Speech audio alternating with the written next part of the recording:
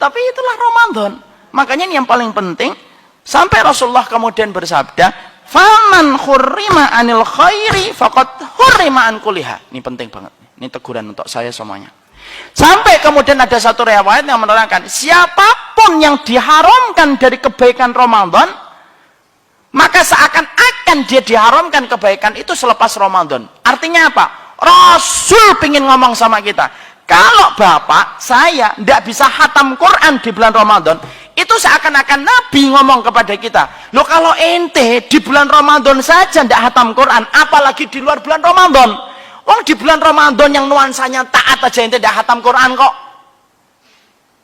Maaf Pak, kalau ada di antara kita di bulan Ramadan, malamnya kita tidak disiplin taraweh, baik itu di rumah atau di masjid, ninggalkan taraweh kemudian tidak pernah merasa bersalah, seakan-akan Rasulullah itu ngomong sama kita, ente saja di bulan Ramadan yang malamnya malam khusyuk, nuansanya nuansa taat, ente meninggalkan taraweh itu pun tidak merasa berdosa. Loh kalau gitu susah membayangkan bahwasanya antum itu akan disiplin dalam tahajud di luar bulan Ramadan. Kenapa?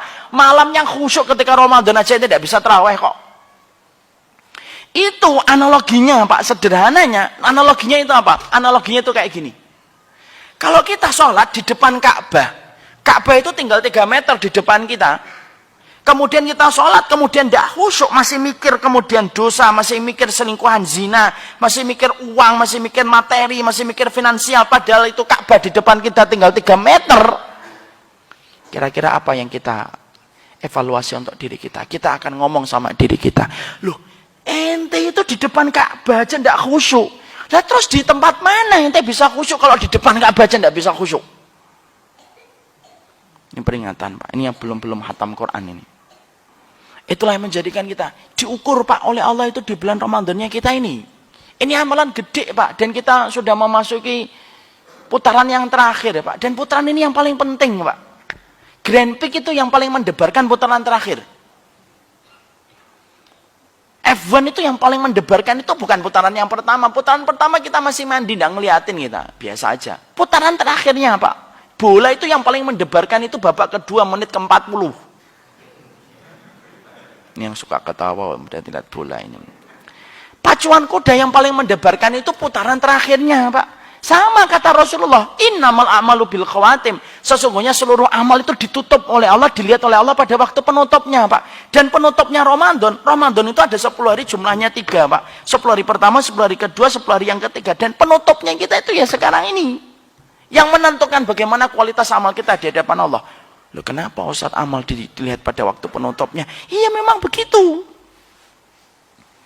Makanya saya ambilkan analogi yang sederhana. Bapak sholat maghrib, rakaat yang pertama khusyuk, rakaat yang kedua khusyuk, rakaat yang ketiga batal.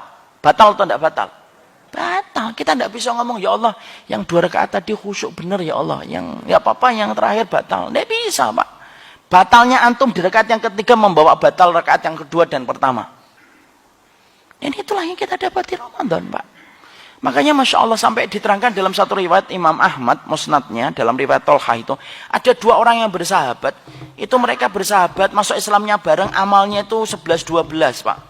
Sampai kemudian mereka mendapatkan jihad Pak. Dua-duanya berjihad bersama Tolha. Kemudian yang pertama meninggal duluan, meninggalnya di medan jihad. Yang sahabat satunya hidup 1 tahun setelahnya, baru kemudian meninggal dunia. Itu pun bukan di dunia jihad.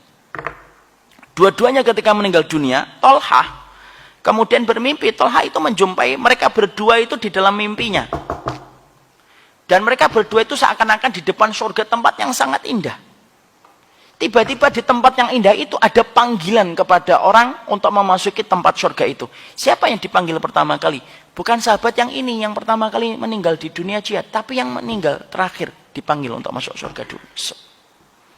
Lama baru dipanggil yang pertama masuk surga. Tolha bangun Pak. Dan ketika Tolha bangun, dia ngomong itu kepada circle-nya. Loh ini dua-duanya bareng, yang satu meninggal satu, ini yang satu setelahnya. Kok yang dipanggil pertama kali yang meninggal 1 tahun setelahnya? Baru setelah itu meninggal sebelumnya yang meninggal di dunia jihad. Perbincangan ini nyampe ke telinga Nabi Pak. Dipanggil Tolha. Ya Tolha, yang membuat kamu heran terhadap mimpi yang kamu jumpai apa? Ya Rasulullah, ini masuk Islamnya bareng, kemudian meninggal yang pertama meninggal dulu, yang pertama meninggal kemudian 1 tahun setelahnya. Kenapa yang meninggal terakhir ini lebih dulu masuk surga daripada yang meninggal 1 tahun sebelumnya? Padahal meninggalnya di dunia jihad. Perhatikan kata Rasulullah, wahai Tolha, bukankah sahabat yang meninggal 1 tahun sebelumnya, 1 tahun setelahnya mendapati tambahan sholat? Iya ya Rasulullah. Bukankah yang meninggal 1 tahun setelahnya mendapati kelebihan 1 Ramadan? Iya ya Rasulullah. 1 Ramadan dan tambahan sholat itulah yang menjadikan kedudukan mereka jauh betul ketika mereka di surga. 1 Ramadan saja Pak.